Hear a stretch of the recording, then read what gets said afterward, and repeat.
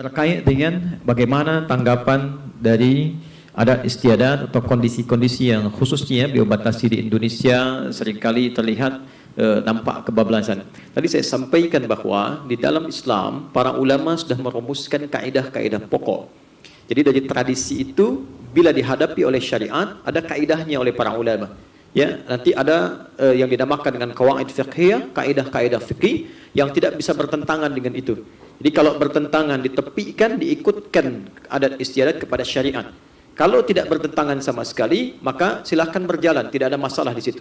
Maka orang-orang Sumatera Barat misalnya memiliki satu filsafah dalam mereka, adat bersanding syarak, syarak bersanding kitabullah. Adatnya diikutkan kepada tuntunan syariat. Saya ambil contoh misalnya. Ada sekarang pemikiran orang liberal yang muncul di Indonesia menyampaikan bahwa bacaan Al-Quran itu bisa dibaca dengan langgam-langgam musik misalnya. Ya, tadi kita sudah ambil teori dalam musik. Musik adalah suara yang melahirkan irama. Suara yang melahirkan irama. Selain Al-Quran dan Adhan. Karena irama Al-Quran ya, dan juga Adhan, nanti ada aturan tersendiri. Al-Quran diikat dengan apa yang disebut dengan tajwid. Maka kalau seseorang membaca Al-Quran dengan tajwid, dia akan memunculkan irama sendiri sesuai dengan makharijul huruf yang dia miliki, yang terkandung dalam dirinya. At-tajwidu lughatan al-ityanu bil jayyidi wa istilahan ilmun yurafu bihi haqqahu wa mustahaqqahu min as-sifati wal mududi wa ghairi dzalika kat tarqiqi wa tafkhimi wa nahwihima.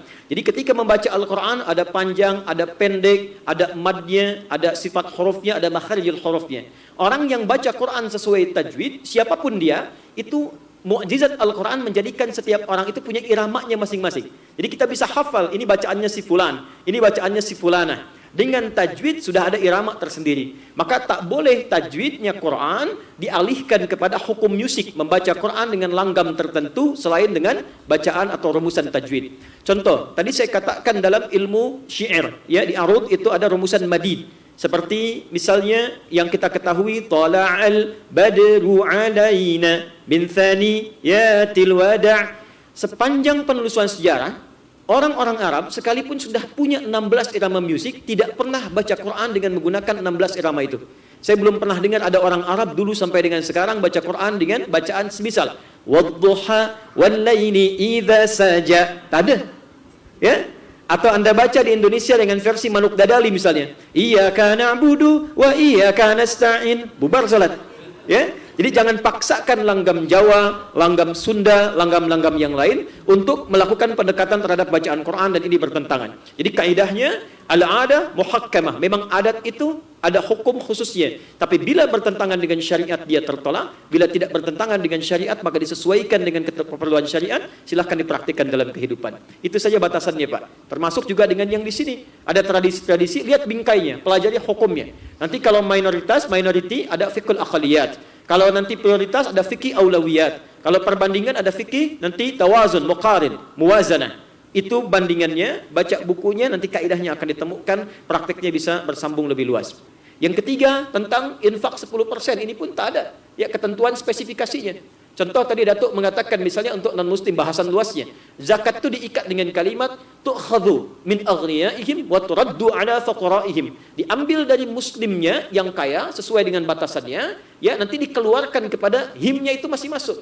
Ya, golongan him di situ ada ikhtilaf sedikit. Kepada orang Islamnya dulu yang terpenuhi di lingkungan itu, kalau Boston dulu jangan dikeluarkan keluar Boston. Boston dulu penuhi. Setelah selesai di Boston baru keluar. Lalu ada tafsir sedikit tambahan untuk wal muallafati qulubuhum dari 8 di Quran surah 9 ayat ke-60.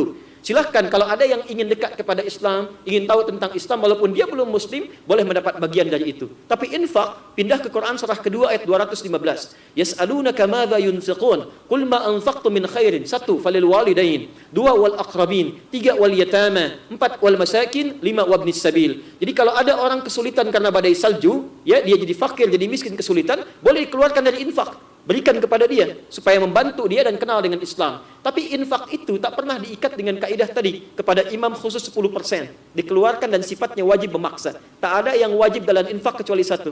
Infak kepada keluarga pokok diikat dengan Quran surah keempat An-Nisa ayat 34. Ar-rijalu qawwamuna 'alan nisa bima faddalallahu ba'dahum 'ala ba'dhin wa bima anfaqu min amwalihim.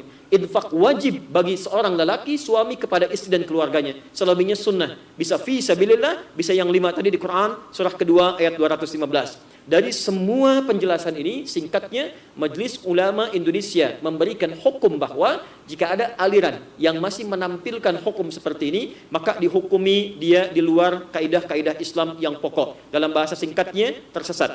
Jadi tidak perlu mengikuti aliran seperti ini dan kembali kepada yang simple saja, yang tidak menyulitkan dalam kehidupan kita. Jelas saya kira ya?